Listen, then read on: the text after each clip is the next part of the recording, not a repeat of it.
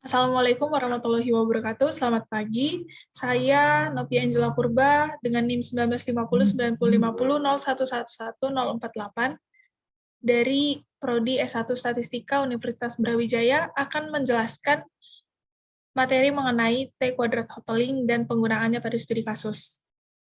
Sebelumnya di sini saya izin untuk video ini merupakan bentuk pemenuhan tugas dari mata kuliah analisis multivariat 1. Untuk pembahasan yang pertama,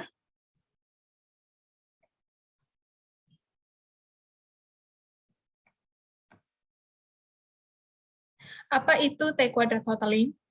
T-kuadrat hoteling menurut Hoteling 1931 merupakan salah satu bentuk uji multivariat dalam statistika yang berfungsi untuk melihat perbedaan antara dua kelompok percobaan yang masing-masing kelompok terdiri dari dua variabel atau lebih dan akan dilakukan analisis statistik pada variabel tersebut secara serentak. Untuk uji T-kuadrat hoteling atau sering disebut dengan statistik T-kuadrat pada dua sampel bebas adalah salah satu teknik analisis statistik komparasional multivariat yang dilakukan untuk membandingkan dua kelompok sampel yang diteliti. Uji T-kuadrat hoteling merupakan statistik multivariat yang menjadi pengembangan dari uji T-kuadrat dari uji T dua sampel bebas yang biasanya dilakukan untuk melihat perbedaan min dua kelompok yang bersifat secara independen. Selanjutnya kita akan membahas tentang apa perbedaan dari T-kuadrat hoteling dengan uji T yang biasa, yaitu sudah kita bahas sebelumnya. Nah, perbedaannya itu sendiri terletak pada jumlah variabel dependen, di mana pada uji T, dua sampel bebas hanya memiliki satu variabel dependen, atau variabel Y, dan beragam variabel X, sedangkan pada uji T-kuadrat hoteling memiliki lebih dari satu variabel dependen atau Y. Selanjutnya kita akan masuk ke contoh atau studi kasus.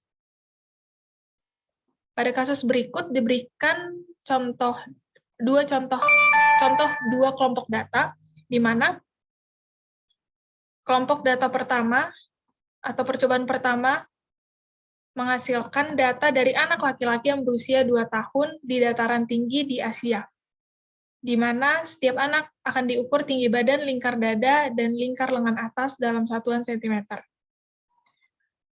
Dari percobaan pertama, diperoleh data sebagai berikut. Lalu selanjutnya, terdapat data dari percobaan kedua,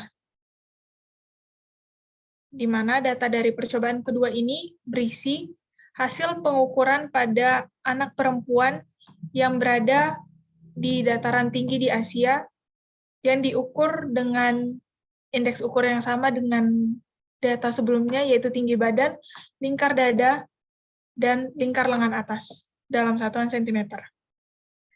Pada kasus ini, kita diarahkan untuk mengujikan hipotesis bahwa percobaan satu atau anak laki-laki dan percobaan kedua memiliki matriks kovarian yang sama. Dan kasus kedua, kita diarahkan untuk melakukan uji hipotesis apakah vektor rata-rata dari data percobaan satu atau anak laki-laki dan perempuan sama. Baik, next kita akan masuk ke input software R yang kita gunakan untuk menyelesaikan permasalahan tersebut. Oke, kita masuk ke inputnya dan membahas satu persatu. Yang pertama, kita diarahkan untuk membuatkan sintaks untuk menampilkan diagram Kiki plot, di mana diagram Kiki plot ini sendiri berguna untuk melihat normalitas dari data yang kita miliki. Jadi, ini untuk menampilkan diagram Kiki plotnya, yang pertama kita harus menampilkan atau memasukkan data dari hasil percobaan pertama tadi atau data laki-laki. Pada kasus ini saya menggunakan sintaks read Excel untuk menampilkan data dan memberikan lokasi penyimpanan data saya. Di sini data laki-laki saya beri nama Anmol laki 2 yang tersimpan pada Excel. Untuk itu diberikan sintaks sebagai berikut untuk menampilkan atau untuk menginput data ke dalam software R. Selanjutnya kita masukkan demikian dengan data perempuan dengan sintaks yang sama, dengan penyimpanan yang sama, namun dengan nama data yang berbeda, yaitu Anmol perempuan pada data Excel juga. Selanjutnya setelah input data, kita akan memasukkan sintaks untuk menampilkan diagram Kiki plot-nya. Di sini terdapat sintaks yang dapat kita masukkan untuk menampilkan diagram Kiki plot dari data laki-laki atau percobaan pertama. Berikut sintaksnya, dan di bawahnya, dan setelahnya, kita dapat memasukkan sintaks untuk dapat menampilkan Kiki plot dari data perempuan. Untuk urutan Kiki plot-nya sendiri itu terserah, asal sebelumnya kedua data sudah diinputkan. Lalu selanjutnya, kita akan memeriksa kesamaan matriks kovarian dua populasi yang sejalan dengan soal atau arahan dari kasus ini. Pertama, kita menampilkan data gabungan yang sebelumnya kita sudah buatkan di Excel. Di sini saya buatkan nama filenya dengan Anmol gabung. Lalu saya menampilkan data Excel tersebut dengan read Excel, sintaks read Excel, sama seperti yang sebelumnya. Setelah itu, tampilkan view Anmol gabung untuk mengecek apakah benar di software R-nya sudah terbaca data dari Anmol gabung tersebut. Lalu setelah itu, kita akan memasukkan sintaks dari penampilan diagram, penampilan hasil dari cek kesamaan matriks kovarian dua populasi tersebut. Nah, ini berikut sintaks perhitungannya. Lalu kita dapat mengetikkan sintaks summary HOME-DF atau summary dari si rumusnya itu untuk menampilkan hasil dari perhitungannya. Lalu setelah itu, kita masuk ke dalam uji T kuadrat totaling. Yang pertama kali kita lakukan adalah dengan split data dari data gabungan yang tadinya kita sudah masukkan. Sebelumnya data gabungan ini berisikan data dari percobaan 1 dan percobaan 2, data laki-laki dan perempuan yang diurutkan dalam satu kolom. Misal pada urutan pertama itu diisi oleh data laki-laki, data percobaan laki-laki, lalu setelahnya baru diisikan urutan dari data perempuan. Lalu kita melakukan split data pada data gabungan tersebut. Kita berikan indeks X atau pengkodean X untuk hasil split data laki-laki dan pengkodean Y untuk hasil split data perempuan. Lalu selanjutnya kita akan memasukkan sintaks dari perhitungan T kuadrat totalingnya itu sendiri. Di sini terdapat sintaksnya.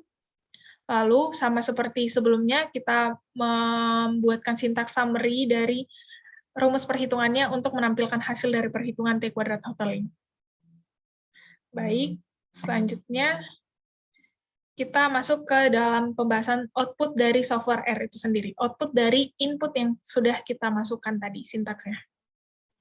Yang pertama akan ada output yaitu diagram Kiki plot dari kedua data percobaan yang tadinya kita bentuk satu persatu. Diagram Kiki plot untuk data laki-laki dan diagram Kiki plot untuk data perempuan. Di sini dapat kita lihat bahwa data menyebar di sekitar garis lurus atau garis datanya, garis regresinya begitu. Nah, data menyebar di situ dan kita dapat melihat bahwa data sudah mendekati distribusi normal, menuju distribusi normal. Lalu selanjutnya, kita dapat melakukan perhitungan atau pendeteksian homogenitas dari data yang kita miliki, yaitu dengan melihat output dari software R itu sendiri. Pertama, kita harus menentukan hipotesis dari uji kita kali ini, di mana hipotesis nolnya itu yaitu matriks varians dan covariance bersifat homogen, dan yang kedua yaitu hipotesis alternatifnya, matriks varian dan covarian heterogen atau tidak homogen. Di sini dapat kita lihat bersama bahwa terdapat output dari si box MTest, output dari sintaks kita tadi yang menghitung kehomogenitas homogen matriks varian dan covariannya, dan dapat dilihat bahwa nilai dari p-value 0,768 lebih besar dari nilai alfa yang kita miliki, yaitu 5% atau 0,05. Dari sini, dari hasil perhitungan, dapat kita simpulkan bahwa keputusan yang diambil adalah terima H0 dengan interpretasi matriks varian dan covarian bersifat homogen, yaitu dapat disimpulkan bahwa populasi laki-laki dan perempuan memenuhi asumsi homogenitas berdasarkan variabel yang terkait. Setelah asumsi-asumsi tersebut terpenuhi, untuk itu kita dapat melanjutkan perhitungan atau uji untuk T-kuadrat totaling. Berikut hasil ujinya.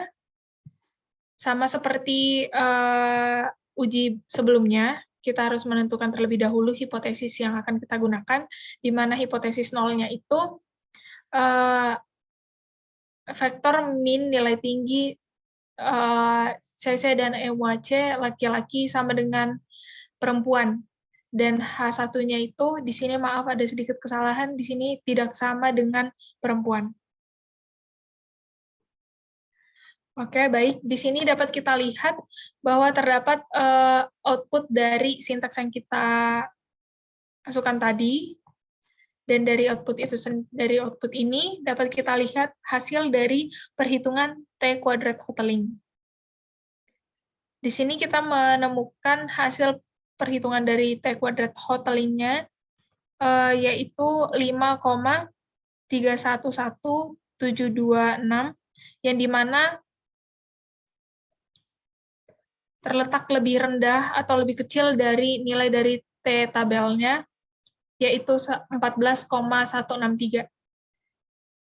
Dari hasil yang ditemukan didapatkan keputusan untuk menerima H0. Dan dapat disimpulkan bahwa vektor min dari nilai tinggi CC dan MUAC laki-laki sama dengan perempuan.